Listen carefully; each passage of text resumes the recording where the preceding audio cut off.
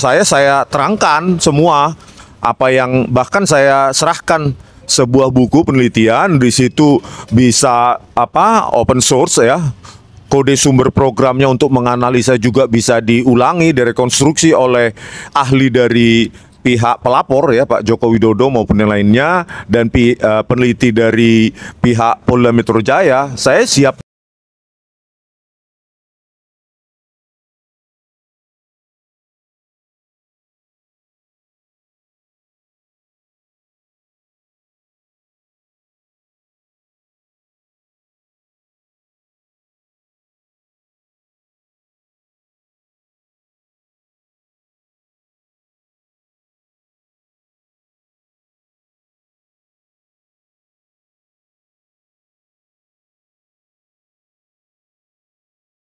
Tadi mengklarifikasi dari penyidik menanyakan itu masalah Pak Kusmujo. Pak Kusmujo itu katakan Jokowi katakan bahwa Pak Kusmujo pemimpin skripsi dan akhirnya ke akademik. Nah, akhirnya klien kami setelah cek di UGM tanggal 15 di perpustakaan, kalau pemimpin skripsi otomatis kan ada namanya Pak Kusmujo, itu tidak ada sama sekali ya. Itu hasil penelitian. Jadi resmi, bukan mengada-ada. Nah, tadi mengenai di satu media, klien kami tidak menanggapi karena hampir sama jawabannya dengan apa yang sudah dikatakan. Ya, saya kira itu tambahan saya. Oke, sambung Bu. Ya, selamat siang, selamat sore menjelang malam. Ini sebentar saya menerangkan hanya menjelaskan tentang apa yang tadi klien kami disidik, bahwa semuanya dijelaskan secara terang-menerang dan juga secara objektif dan rasional. Dengan dasar itulah saya penyidik berterima kasih untuk menjelaskan apa hal-hal yang kurang dan tidak mengertinya, hal-hal yang disampaikan oleh tadi dilihatkan di video. Itu aja mungkin dari kami. Oke, untuk Gapur kan Anda juga menyertai Rustam Effendi kan? Oh iya. Jadi hari ini telah selesai rangkaian pemeriksaan ya Bang. Pemeriksaan terhadap saksi-saksi termasuk juga terhadap saksi pelapor. Dan kami mengapresiasi Polda Metro Jaya ya, yang melakukan penyidikan pemeriksaan saksi dengan sangat baik, wise. Tidak ada lagi pemeriksaan sampai jam 4 subuh ya. Kemudian mereka sangat responsif ya.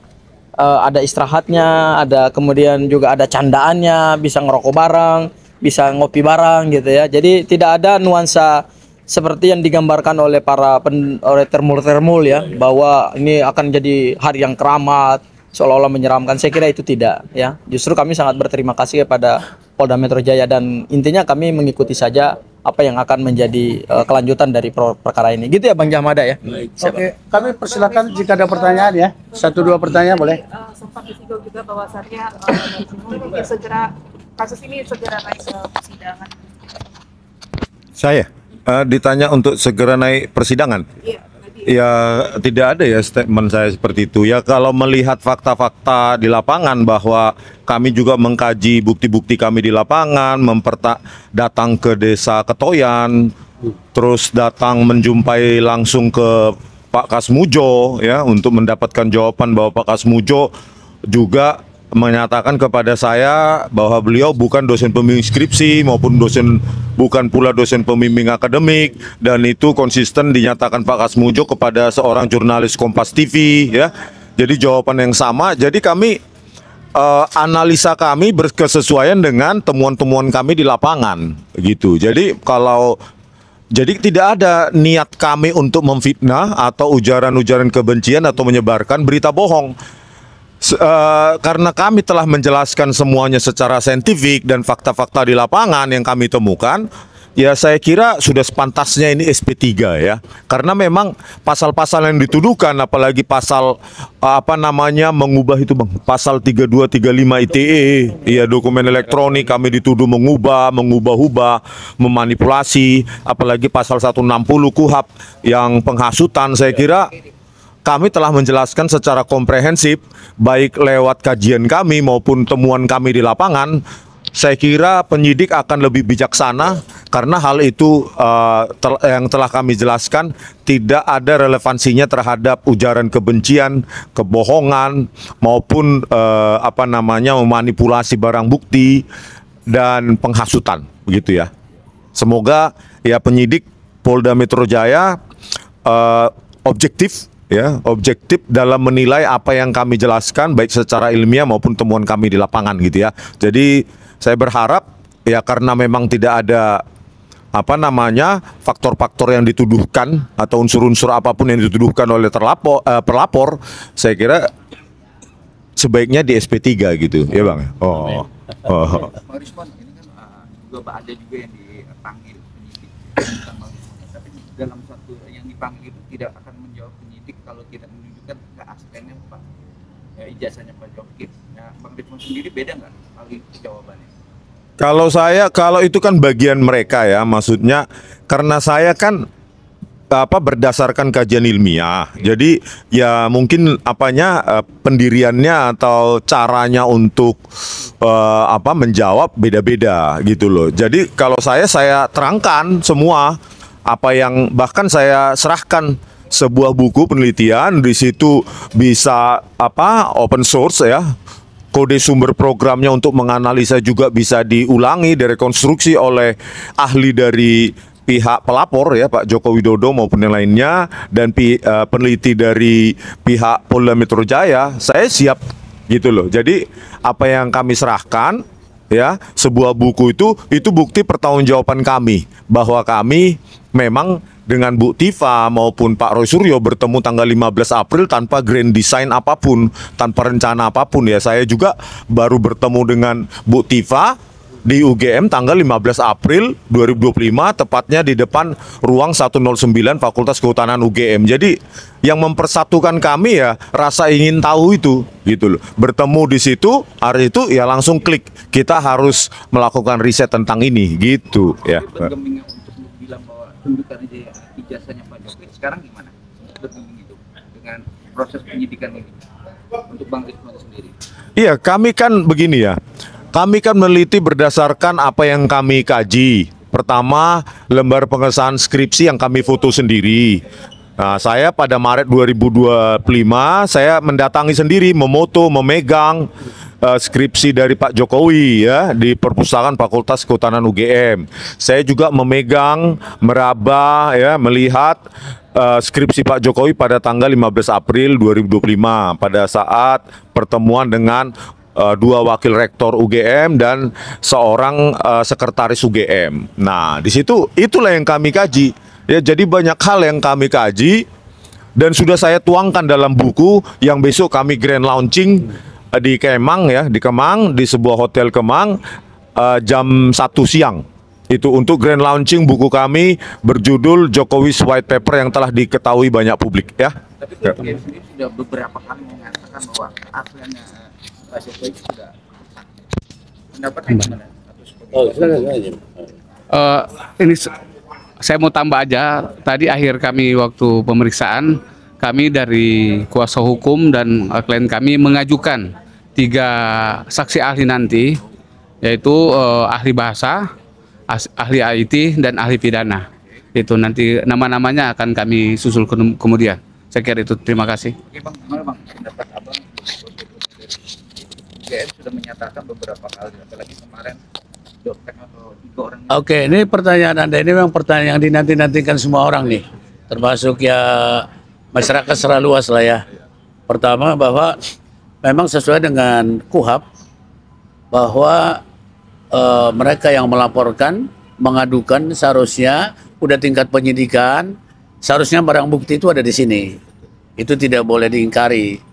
Tapi berkali-kali kita bahkan sampai membujuk secara kelakar kepada penyidik bahwa itu sampai sekarang tidak ditampilkan. Oke lah, tapi jangan lupa jika perkara ini berlanjut nanti ke tahap berikutnya ada saatnya sesuai dengan KUHP juga kami harus meminta satu acara, yaitu gelar perkara juga di sini yang harus menunjukkan itu.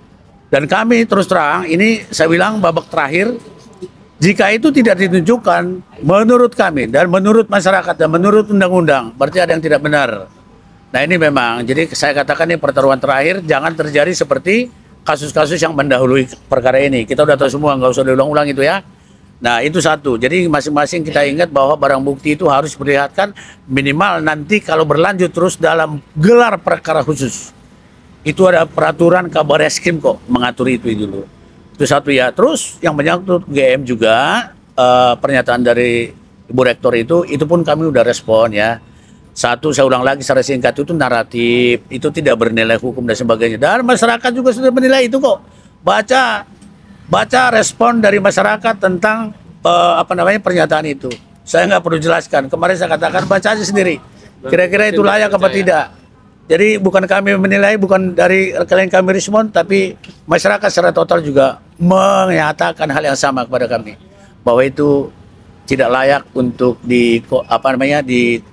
dinyatakan seperti dalam pidato atau dalam klarifikasi yang dimaksud. Mungkin itu Gopur mungkin perlu menambahkan satu hal tentang ahli tadi.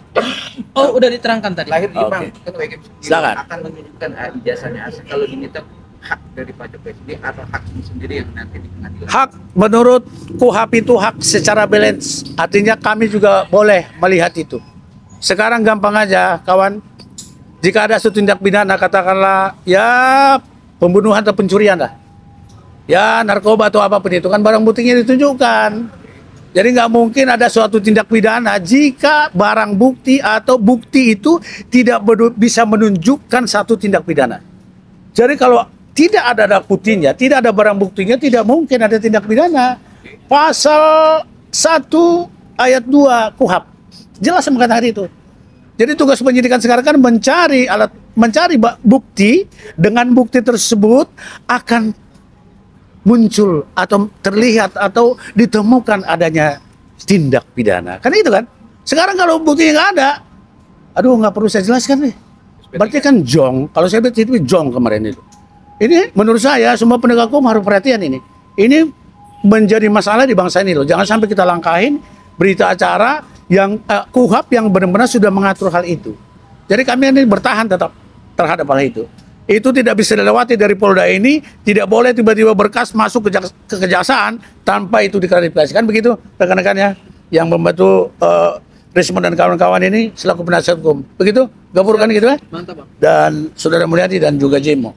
Tambahkan sedikit mengenai itu, biar lebih tajam lagi. Oke. Anda ahlinya di situ. Oh ya. Mengenai aku, Ya, jadi begini. Ya, mungkin aku sedikit pertajam ya. Kita bicara ini kan penegakan hukum pidana ya. Jadi kenapa barang bukti itu penting? Seseorang kan diperiksa untuk sesuatu peristiwa yang dia harus tahu. Dan untuk membuktikan ada atau tidaknya suatu peristiwa kan adalah barang bukti. Ya, tidak mungkin orang melakukan kejahatan kalau nggak ada barang buktinya. Karena itu kekuatan pembuktian di dalam KUHP, di dalam hukum pidana formil kita itu bersandar pada dua, pada alat bukti dan pada barang bukti. Ya, jadi kalau barang buktinya tidak ada, justru melemahkan pembuktian. Orang dituduh membunuh tadi misalnya pakai pisau, ya kan? Kan dia harus tahu dia membunuh pakai pisau, jadi pisaunya dia harus, penyidik punya tanggung jawab untuk menunjukkan itu kepada beliau, gitu, kepada seseorang yang sedang diperiksa, gitu ya. Sama seperti ijazah Pak Jokowi. Ini dugaan tindak pidana pencemaran nama baik, fitnah atau penghasutan dan lain-lain sebagainya. Objeknya kan terkait dengan ijazah. Kalau ijazahnya nggak ada, ya bagaimana kita mau katakan ada fitnah, ada penghasutan, atau ada pencemaran nama baik, gitu ya. Karena itu tentu kami meminta supaya barang bukti itu bisa ditunjukkan. Kalau ini misalnya nanti naik pada tahap yang lebih serius, gitu ya. Seperti itu, Pengadilan atau kejaksaan nanti yang menunjukkan, bukan itu. Tentu kami akan minta di sini, ya. Karena kenapa?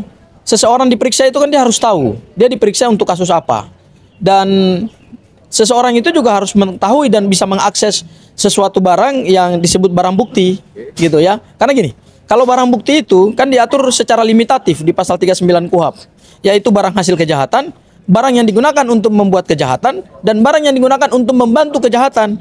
Nah, dalam konteks ini, ijazah Pak Joko Widodo itu kan bisa masuk dalam klasifikasi barang yang merupakan hasil kejahatan. Tapi perlu diuji.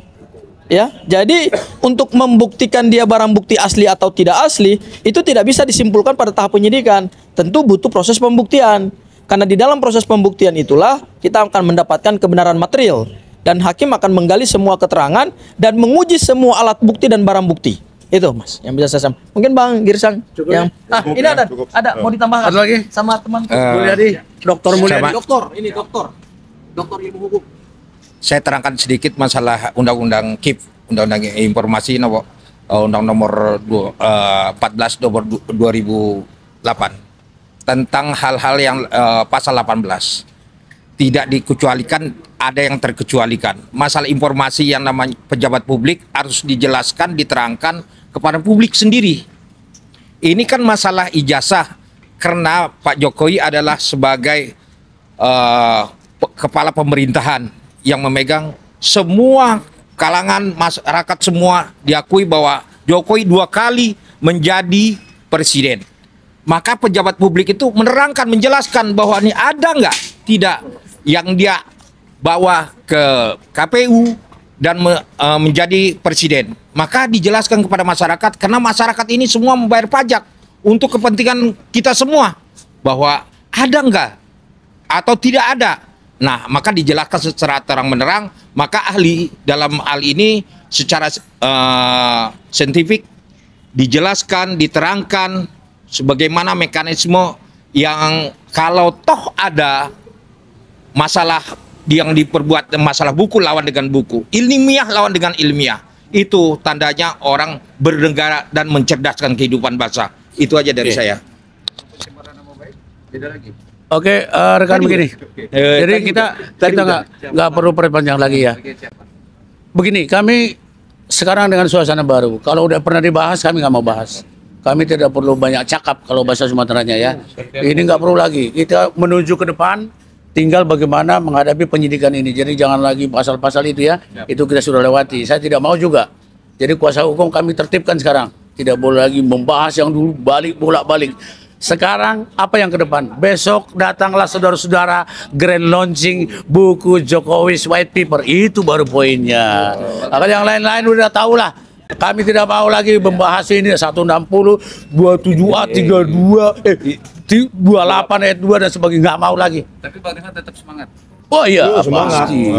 Sampai aku yang pegang mic, yang bilang semangat. Semangat dong. Buktinya besok kita grand launching buku itu ya, Itu. Jokowi's White Paper. Karena itu puncak dari penelitiannya dia. Dan bertiga tentunya ya.